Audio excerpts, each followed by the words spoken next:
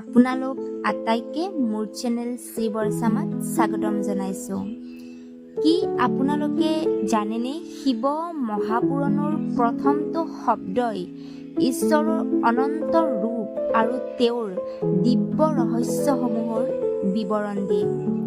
তো আজিৰ ভিডিঅ'টোত আৰম্ভণি কৰিবলৈ ওলাইছোঁ এক পবিত্ৰ যাত্ৰা, য'ত শিৱ মহাপুৰাণৰ গভীৰতালৈ যাবলৈ চেষ্টা কৰিম। তো এয়া হৈছে বিদ্বেশ্বৰ সংহিতাৰ প্ৰথম অধ্যায়, শিৱৰ মাহাত্ম্য বৰ্ণন। ব্ৰহ্মদেৱৰ মনত এটা প্ৰশ্ন উঠিল যে পৰম তত্ত্ব কোন, এই জগতৰ নিৰ্মাতা কোন? আৰু এই প্ৰশ্নৰ উত্তৰ দেৱাদিদেৱ মহাদেৱে স্বয়ং দিলে। শিৱ মহাপুৰাণৰ মতে বাবা শিৱই পৰব্ৰহ্ম, না তেওঁৰ আৰম্ভ আছে না অন্ত, না তেওঁৰ জন্ম হয় না মৃত্যু, তেওঁৱেই নিৰ্গুণ আৰু সগুণ দুয়োটাই। যেতিয়া একোৱেই নাছিল তেতিয়া শিৱ বাবা আছিল, আৰু যেতিয়া সকলো সমাপ্ত হৈ যাব তেতিয়াও বাবাই থাকিব। ব্ৰহ্মা বিষ্ণু আদি সকলো দেৱগুণে শিৱৰ কৃপাতেই নিজৰ দায়িত্ব পালন কৰে। এই অধ্যায়টোই কয় যে যিয়ে শিৱ ভক্তি কৰে শ্ৰদ্ধা আৰু প্ৰেমৰ সৈতে, লগতে বাবাৰ নামৰ জপ কৰে, তেওঁৰ জীৱন সফল হৈ যায়। আৰু এয়াও বৰ্ণনা আছে, যিজন মানুহে শিৱ কথা শ্ৰৱণ কৰে তেওঁৰ পাপ তৎক্ষণাত নষ্ট হৈ যায়।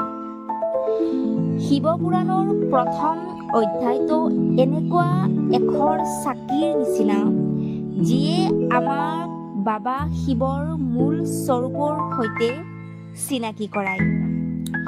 এক প্ৰকাৰৰ এনেকুৱা স্বৰূপ যিয়ে জাতি বৰ্ণৰ কোনো ধৰণৰ ভেদভাৱ নকৰে, কেৱল প্ৰেম কৰোণা আৰু জ্ঞানৰ অনন্ত সাগৰত আমাক ডুবাই দিয়ে। এই অধ্যায়টোত এয়াও বৰ্ণনা কৰিছে যে যিয়ে এই কথা শুনে বা আনক শুনাই তেওঁৰ পৰম কল্যাণ হয়। তো প্ৰিয় আত্মাসকল, এয়াই আছিল শিৱ মহাপুৰাণৰ প্ৰথম অধ্যায়, এটা আদি ৰহস্য, য'ত শিৱ বাবাৰ দিব্য মাহাত্ম্যৰ বৰ্ণনা দিয়া গৈছে।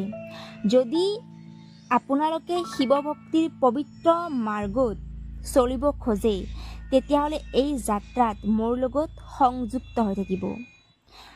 পৰৱৰ্তী অধ্যায়ত আমি জানিম আৰু এক গভীৰ তত্ত্ব। মই শ্ৰী বৰচামাই আকৌ আহিম এক নতুন অধ্যায়ৰ সৈতে।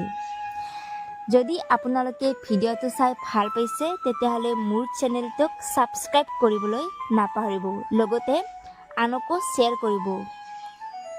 জয় শিৱ শক্তি।